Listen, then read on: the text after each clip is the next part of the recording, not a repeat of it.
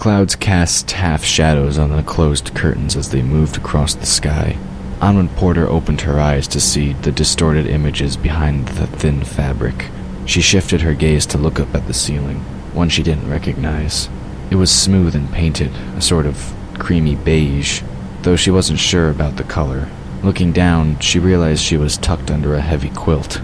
Various aches and pains began to surface as her mind registered that she was awake. She winced as she tried to roll over, a bandage pressing into her flesh where it pushed against a pillow. Oh! Now that's a good sign. An unfamiliar voice commented as someone shifted in the shadows.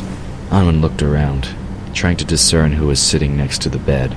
Despite her efforts, she didn't have enough strength to lift herself from the mattress. Who's there? Walter flipped on a small bedside lamp, bathing the room in a soft light. It threw Walter's face into shadowy existence. My name's Walter. He introduced. I'm a friend of Tyler's. Heart pounding from the unexpected turn of events, Anwen tried to calm herself. Nothing made sense. The last thing she remembered was lying inside the mountain, Tyler leaning over her. Then there had been that searing pain, but part of her felt rational enough to question the validity of this strange man's claim. At least she could try and catalog him in her mind before saying anything else. He didn't look like the dangerous type, but then most people seldom did. At least not to her, but she was learning. His short hair was dark but showed slight signs of gray, particularly around the temples. Though older, maybe in his late 30s or early 40s, Walter looked fit with darker skin, and he had an honest face that had seen its share of chaos. Deciding to play on the side of caution, Anwen moved back into the position she'd woken up in. The past week had taught her caution. Despite what her eyes and gut told her, she would play things safe. Walter? He never mentioned you. The veteran chuckled as he leaned back in his chair. He'd let her have her fill in curiosity and found her pretended disinterest amusing. Yep, not surprised by that. He really doesn't tell most folks about me. He likes to keep private about most things, if you know what I mean. I'd noticed that. Anwen said, rolling her eyes. She put one hand to her head to brush away some loose hair, but stopped as she felt the pull of the IV tubing. What happened? One thing she was definitely sure of was that she was not in a hospital. She'd been in several during her younger years, and this place definitely didn't qualify as one. She could see stacked boxes and crates against the far wall. There were other various odds and ends she couldn't identify due to the low light. She also thought she saw the doors to a closet. The idea wasn't exactly a comforting one. Walter stood from his chair, taking out his stethoscope. Mind breathing in and out for me. Nice and slow. He pressed the appropriate end of the instrument against her chest. I'll answer any questions you might have, so long as you try to cooperate. I know it's hard, but trust me, I'm not here to hurt you. Keeping a wary eye, Anwen did as instructed, breathing in and out as slowly as she could. How about we start with where I am and what happened? She asked between breaths. Having finished checking her heart and lungs, Walter reached for something out of view. Your lungs sound good, which is a nice change. You had some fluid in them earlier, but to be honest, I'm a bit surprised you woke up before Tyler. You've both been out for about 3 days, give or take. Anwen almost sat up in shock, despite her lack of strength, but Walter pressed her back down. Whoa, calm down. None of that now. He admonished. You've been through quite a lot now. I don't know all the details, but it sounds like you had a time up there in the mountains. Be glad you're safe and out of danger for now. And to answer the first question, you're here in Blasi. Anwen looked around the room as if that could tell her the truth of the matter. The boxes and ottomans gave no such answers. She gave up on the attempt. Blasi? You betcha. Walter replied. He pulled out a blood pressure cuff, which he strapped around her arm. Yep. I got you all stored away at my place. Pretty sure no one will find you here. I'm not exactly in one of those, more popular areas. He explained. He took the other end of the blood pressure cuff and began pumping the inflation bulb.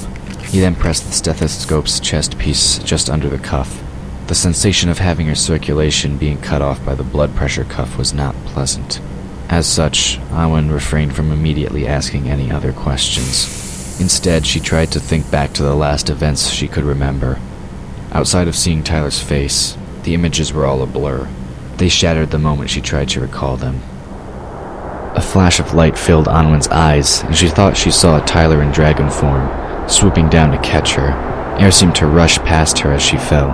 Her surroundings were so blurred, she wasn't sure where she was. At least she couldn't feel any pain. Don't worry, I've got you, Tyler said in her mind. I won't ever let you go. He was holding her close to his chest as she dangled from his massive hand. The claws almost reminded her of a bird's cage, folding around her like a buffer. In reality, she knew there was no way he could have held her any differently, at least not in that form. His hands were far too big for anything else. Anwen couldn't help but notice the many scales of his body as his wings unfurled, breaking their fall. The scales were a little rough, like seashells worn by the ocean's waves. Their silver coloring was almost blue. She felt sure she'd seen them before. Tyler stretched his long neck as he raced upwards. In only a matter of moments, they were breaking through a series of storm clouds. A rainbow sparkled overhead as he banked to the skim over the dark mass of water vapor below. Ahead, a massive mountain protruded through the clouds. Tyler moved towards the peak, gaining momentum. Within what seemed like a blink of an eye, they were landing on a flat shelf. Anwen stood, Tyler beside her. But despite the obvious difference in size, she felt no smaller than usual than when he stood in mortal form. Unlike last time she'd seen this place, no white dragon stood to meet them. Instead, the same old man she'd seen in her dreams so many times before stood to greet them. His robes billowed out with a breeze she could not feel. Perhaps she couldn't feel it because Tyler sheltered her from the wind. Either way, it made for an impressive sight. Well met, fair little dragon, keeper of the keys. The aged man greeted, hands folded in front of him. He wore a long Eastern-style robe of white, trimmed with white gold or silver. You have done well. The great gates have been opened, and the seal has been broken. But your task is not yet done. Anwen felt her heart sink. All she wanted to do was rest. Her entire being felt worn down on an atomic level. There's more? She looked at him with incredulous eyes, pleading for her suffering to end. The Nurrim smiled with compassion. I know you are weary, and rest you will have once your further tasks have been completed. The mountain has been unsealed, but Tarragon yet sleeps. You must awake the dragons and release them from their cold halls of stone. You must do this to restore order to our world. If you do not, I fear the consequences will be severe. Tears pricked at the corner of Anwen's eyes as she tried to comprehend what was being asked of her. But how am I supposed to do that? I haven't had a clue about what I've been doing this entire time. What makes you think I can figure this out? I still don't even know who I am, let alone anything about my origins. The Nurrim somehow stood right in front of her. There had been a sizable distance between them only moments before. He cupped her chin with one hand, gently tilting her face so he could look into her eyes. The road to discovery is never easy, little one. You will find the answers when you are ready for them. Heed the blood that flows through you, for you are more than a mortal, and dragon blood runs in your veins. Blue lightning crackled up from the clouds, making the sky look like broken glass. The brilliant flash of light blinded Anwen, and she had to cover her eyes with one hand. Her ears rang from the colossal crash of the resulting thunder. Courtney felt as though she hadn't truly enjoyed herself in years. After having slept a solid 20 hours, she'd taken the liberty of enjoying the jacuzzi tub. She'd felt as if 10 years' worth of grime and stress had washed away with the running water. It was nice to feel clean again, even after the initial shower. There was something to be said for a good soak in a tub with water jets. Walter had been the perfect host, providing all kinds of distractions. He'd even taken time out from attending to Anwen and Tyler to look over her own wounds. None had been serious. She felt she could have taken care of them herself, but he'd insisted, and thanks to his help, she felt as good as new. It was after their third day with Walter that Anwen first woke, though she hadn't been awake long.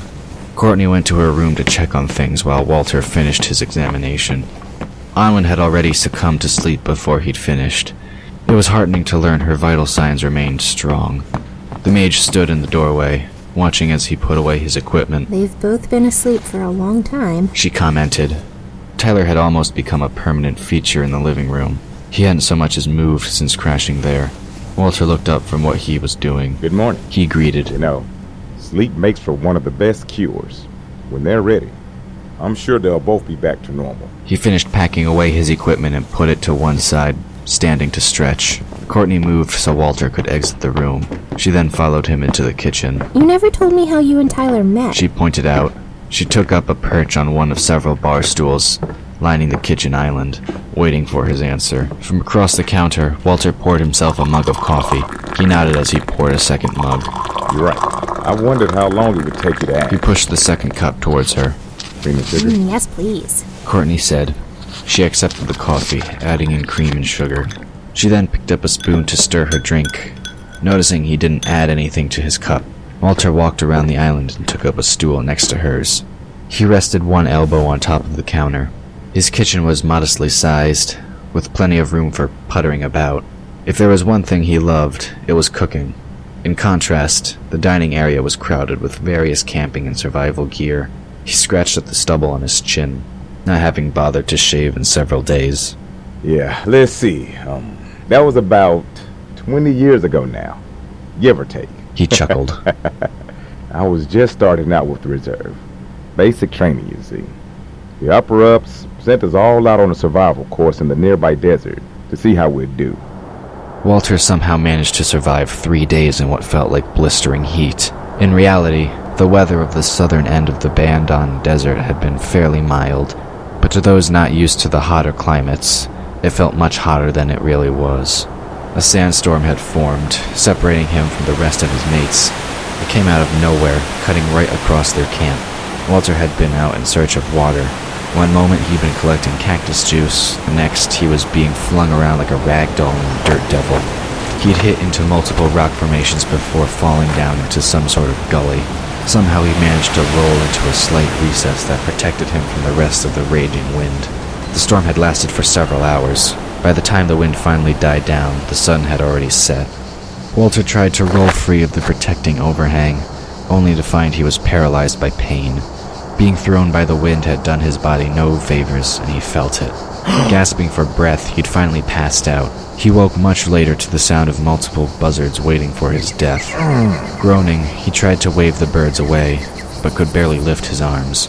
Licking dry lips, he found the soft skin had cracked and was bleeding. Unable to move, he sobbed dry tears. But his strong will refused to give in. Someone had to come looking for him. He refused to believe the others in his company had perished in the storm. Someone would come. He just hoped they would find him before something else happened to him. As the sun climbed higher in the sky, the heat set back in, baking him even more. Faint from hunger, dehydrated, and in pain, he realized no one would come looking for him. Even if someone did, chances were less than decent they would find him before the end. With such thoughts in his head, he reconciled himself to the inevitable. Just as he'd convinced himself to give up all hope, Walter felt a shadow fall over him, one that wasn't a buzzard or other carrion creature. He could hear the birds fluttering away in anger, but the slight coolness of the shadow jolted him back to a semi-state of consciousness. It was enough to encourage him to open his eyes just a crack and look up through sand-gridded lashes. What he saw reminded him of an angel from old legends. The young man bending over him had light brown hair and astonishingly blue eyes. What have we here? He asked in a lyrical voice as he bent over Walter's battered body. It would appear that fate is on your side this day. I had not intended on coming this way, but something told me it would be beneficial. Walter was unable to reply. He could only close his eyes and whimper. His tongue felt like a block of sand in his mouth. He opened his eyes again when he felt an unexpected pressure on his body. The stranger had knelt beside him and placed one hand on his chest. A sudden feeling of warmth filled him. The feeling was refreshing in contrast to the sun's scorching rays. He felt as if the almost unbearable pain was melting away. Tyler closed his eyes as he concentrated on the young soldier's wounds, asking them to heal. The poor man had quite the collection to attend to, but he was more than up for the task. A few minutes passed before he opened his eyes, but when he did, he smiled at the incredulous expression on Walter's face. They call me Tyler. He introduced as he held out his hand. Do you think you can stand? I remember looking up into those bottomless eyes. Walter recalled. It was like looking into the depths of the ocean, only not quite the same. I don't know how, but he managed to heal every broken part inside of me, even the ones I didn't know I had. I took his hand, as they say, the rest is history. Courtney smiled as she listened. That's how he is, isn't it? She mused as she sipped her drink. He somehow takes every broken part of you and fixes it. He even fixes what you never thought was broken in the first place. But then, now that I think about it, so does Anwen. She tapped the mug with one thoughtful finger. Walter grunted as he took a sip of his brew, black and strong. Something different about that one, too. He agreed. Of course. With Tyler being a dragon and all, what's not to wonder? He moved to stand, heading towards the far side of the kitchen. Courtney spewed her mouth full of coffee. Dragon? You knew Tyler was a dragon? She stared at him, mouth hanging open. Walter found some paper towels on the other side of the counter and handed them to her. You betcha. He answered as he helped her clean up the mess. Yep. I figured something was special about him from moment one. And when he was able to help me find my mates after healing me up, well, I had to ask. Guess he saw no reason not to tell me. Courtney threw the soiled towels into the trash, reclaiming her stool. I didn't know until a week or so ago. She confessed. And Anwen didn't find out until a few days after that. I'm not sure who was more surprised, though. Me or her. Makes sense. Walter commented. Well, with you being a mage and all, he has to be careful about that. Now, most mages either want him dead or as some kind of slave or something. That's no way for a dragon to live. And he's been waiting for a long time for that Porter girl. Wouldn't tell me why, though. Tyler entered the kitchen at that moment, interrupting the conversation. He yawned hugely as he stretched his arms, almost as if intended to pluck the stars from the sky. Good morning. He greeted with a sleepy wave. More like afternoon. Courtney corrected, looking at the clock. The hour hand barely scraped past noon. She accepted a refill of coffee from Walter, adding in more cream and sugar than she had with the previous cup. About time you woke up, she said, stirring the drink. You've been out for at least 3 days straight. Tyler smiled ruefully as he ran a hand through his unkempt hair. No wonder I feel so gross. He laughed. But I do feel infinitely better, which is a huge improvement from before. Though I wouldn't mind a bite to eat. He turned a half-pleading look on Walter, who rolled his eyes. Figured that would come around eventually. Walter moved out of the Dragon Lord's way so he could have easy access to the refrigerator. Help yourself. Just don't eat me out of house and home, okay? I remember that appetite of yours. He gave him an admonishing look. Tyler opened the fridge and looked around inside.